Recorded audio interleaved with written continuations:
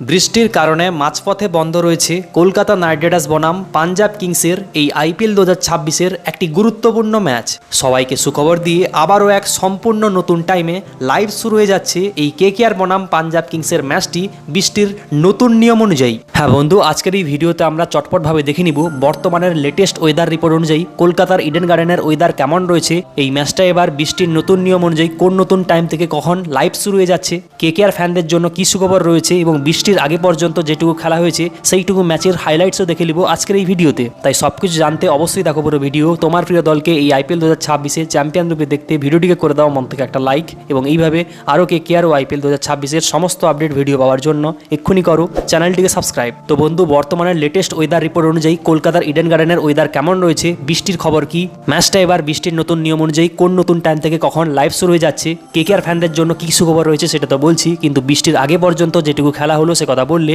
আজকে কলকাতার ইডেন গার্ডেনের বুকে খেলা হওয়া এই ম্যাচে কিন্তু কলকাতা নাইট রাইডার্সের ক্যাপ্টেন আজিঙ্কে রাহানে টসে জিতে গোটা বিশ্বকে তাক লাগিয়ে কিন্তু ওভারকাস্ট কন্ডিশনে দলের দুই দিগ্গজ স্পিনার সুনীল নারিন এবং বরুণ চক্রবর্তীকে বাদ দিয়ে একাধিক রান মেশিন বোলারকে প্লেইং 11-এ নিয়ে কিন্তু টসে জিতে প্রথমে ব্যাটিং করার সিদ্ধান্ত নেয়। আর ব্যাট করতে নেমে অপোজিশন এন্ড থেকে গান্ডু আজিঙ্কে রাহানে এনজয় করতে থাকে, 6 বলে 8 রান করে। আর অপর দিক থেকে কিন্তু এই ওভারকাস্ট কন্ডিশনে পিচের এই দুর্দান্ত মদতকে কাজে লাগিয়ে পাঞ্জাবের পেস বোলাররা বিশেষ করে জেভিয়ার ব্র্যাটলেট দুর্দান্ত সব একের পর এক সুইং বোলিং করে কেকেআরের দুই মেন অস্ত্র ফিন অ্যালানকে যথাক্রমে 6 রানে, তারপর ক্যামেরন গ্রিনকে 4 রানে প্যাভিলিয়নে পাঠিয়ে কিন্তু কেকেআরকে ম্যাচ শুরুর আগেই কিন্তু পঙ্গু করে দেয়। হ্যাঁ বন্ধু, আর কিছু গান্ডু আজিঙ্কে রাহানেকে নিয়ে কিছু বলছি না, কিন্তু বৃষ্টির আগে পর্যন্ত কলকাতা নাইট রাইডার্স যেখানে 3 ওভার 4 বল পর্যন্ত খেলে ফেলেছিল এবং যেখানে কেকেআরের দুই মেন অস্ত্র ফিন অ্যালান এবং ক্যামেরন গ্রিন একই ওভারে জেভিয়ার ব্র্যাটলারের দুর্দান্ত সুইং বোলিংয়ের সামনে তজনজ হয়ে ফিরে যাওয়ার পর যেখানে অঙ্গকৃষ রঘুবংশী নেমে 7 বলে 7 রান করে ক্রিজে টিকেছিল এবং টিমের স্কোর যেখানে 2 উইকেট হারিয়ে 25 রান ছিল, তখনই কিন্তু 3 ওভার 4 বলের মাথায় কিন্তু বৃষ্টি নামে।